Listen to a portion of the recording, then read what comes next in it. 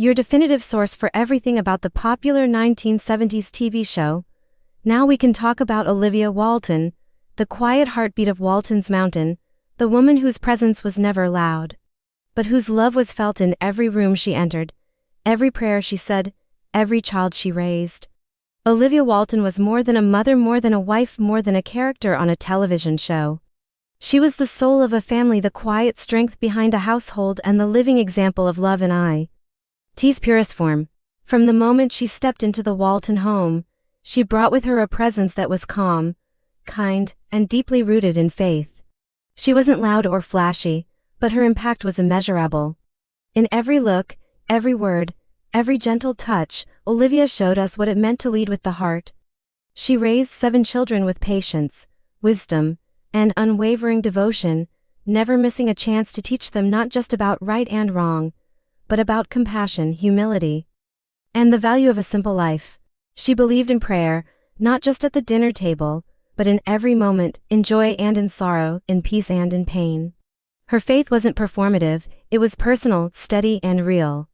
She carried the weight of loss with grace, having lost 2 babies, Joseph Zebulon, Jim Bob's twin who lived only hours, and a little girl she had already named Joy, taken too soon by miscarriage.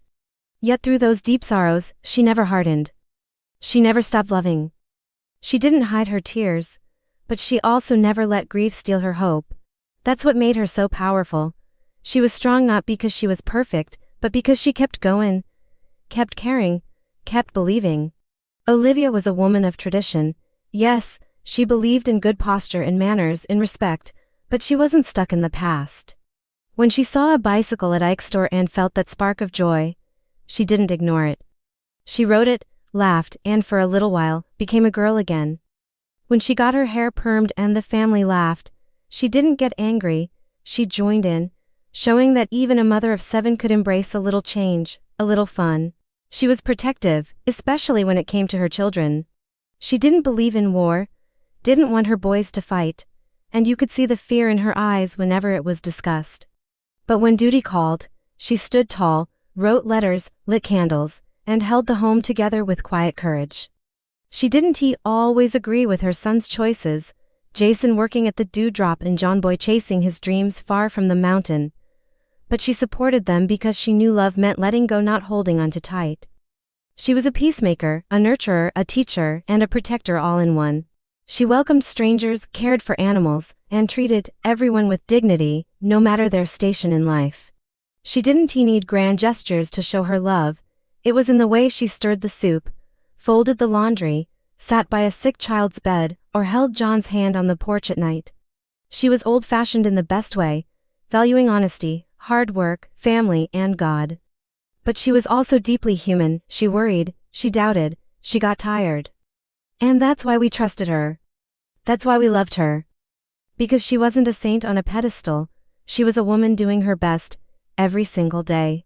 The role was first played by Patricia Neal in The Homecoming, and she brought a powerful dignity to Olivia, setting the tone for what was to come.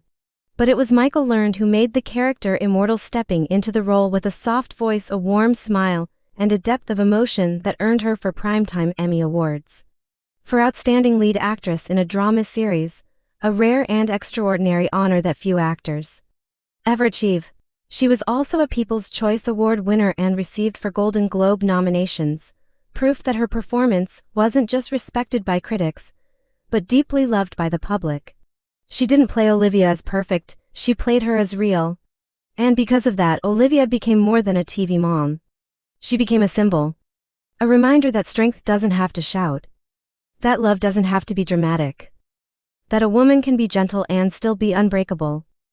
Generations have grown up watching her, and millions have said the same thing.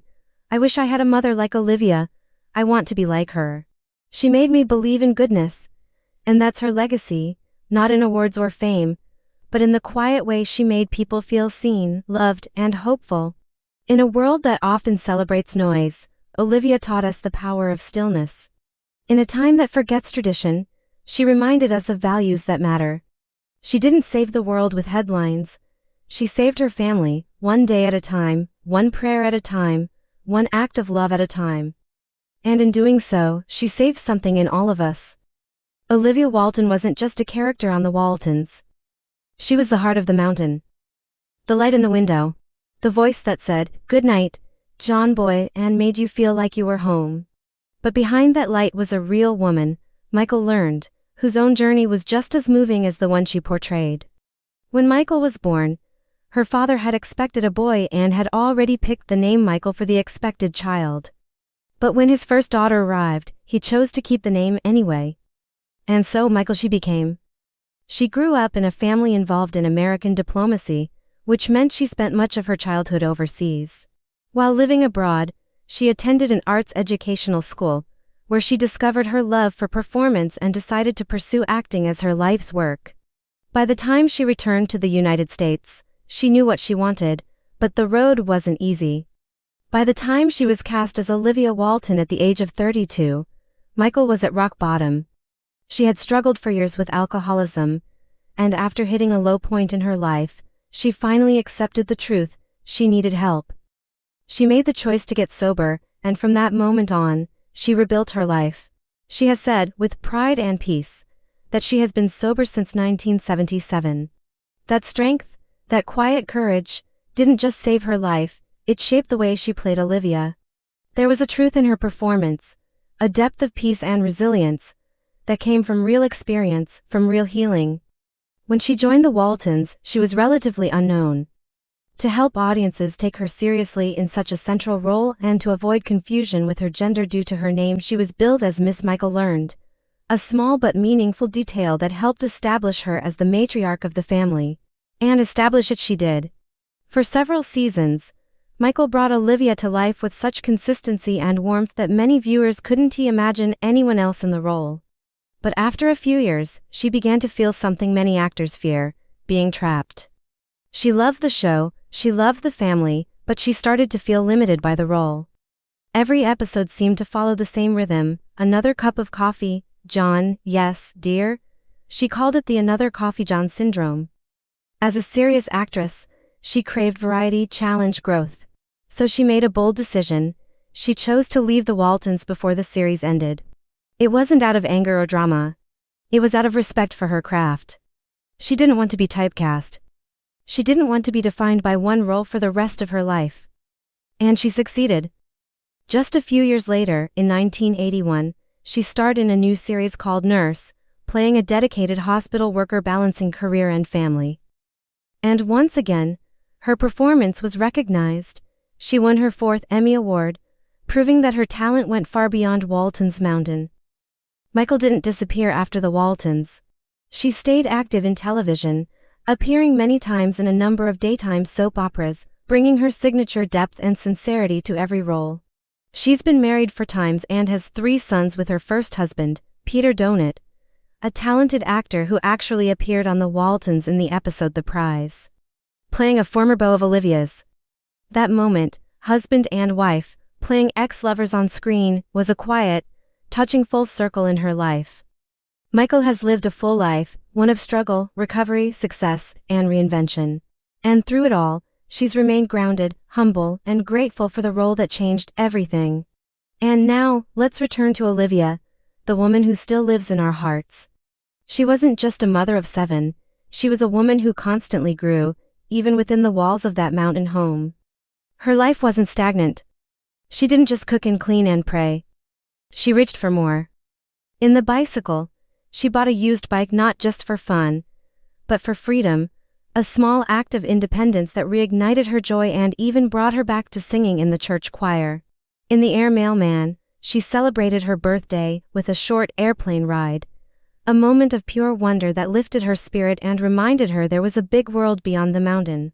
In The Romance, she took art classes and began painting, discovering a creative side she hadn't nurtured in years. In The Sermon and The Emergence, she became a substitute school teacher, using her education and wisdom to guide other children. In The Test, she worked as a seamstress, showing her strength and work ethic. But when offered a promotion that would take her away from home, she turned it down, choosing her family over career advancement. That wasn't weakness, that was love. That was choice. In The Rebellion, she tried a perm, a small change that turned into a big moment. The family laughed, yes, but she laughed too. And in that moment, she reminded us that even mothers have dreams, even quiet women want to feel beautiful, and even the most traditional hearts long to try something new. In the innocence, during wartime, she helped build a daycare at Pickett's Metal Products so working mothers could keep their jobs, showing her compassion and leadership beyond her own home. In the waiting, she volunteered with the Red Cross, not just to help others, but to be near her oldest son John Boy, who was recovering from war injuries in the hospital. That episode showed her not just as a mother, but as a woman enduring the same fears every parent faces when their child is in danger. And in the later TV movies, her journey continued. In A Walton Wedding, Olivia made the brave decision to go back to school, attending Boatwright University to earn a degree in American Studies.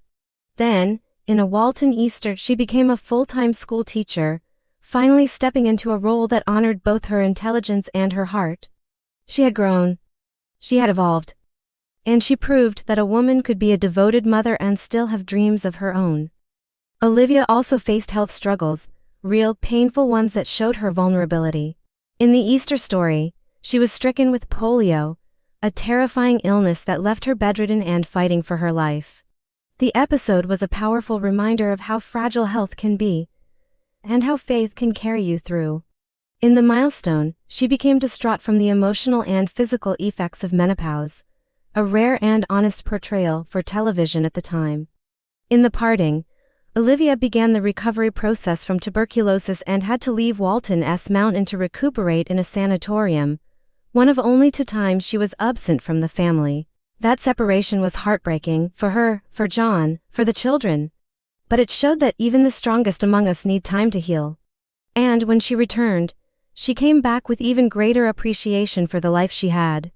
Olivia Walton, born Olivia Daly in Elberine, Virginia, was a no-nonsense Baptist mother of 7 and the loving wife of John Walton.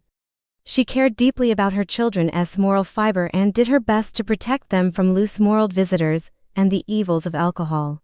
Although she regularly encouraged her husband to attend church and even be baptized, as beautifully shown in the baptism, she always afforded him the right to choose his own path. She wasn't about control, she was about love with boundaries. She didn't just live for her family, she grew alongside them. She struggled at times to rise beyond her domesticated life, but in small, meaningful ways, she did. She spread her wings. She found her voice. She became more than just a wife and mother, she became a woman of purpose. And so, when we think of Olivia Walton, we don't just think of aprons and apple pie. We think of strength and stillness. We think of a woman who found joy in small things, courage in hard times, and purpose in everyday life. She wasn't perfect. She made mistakes. She got tired. She grieved. But she never gave up. And because of that, she remains one of the most beloved mothers in television history, not because she was flawless, but because she was true. She was the heartbeat of the mountain. The steady hand in the storm. The voice that said, "I love you," without always saying the words. And thanks to Michael Learned, the woman who lived her story, survived her own storms, and brought her to life with such honesty, Olivia will never fade. She lives on in reruns, in memories. In the way we raise our children, in the way we love our families, she is and always will be home,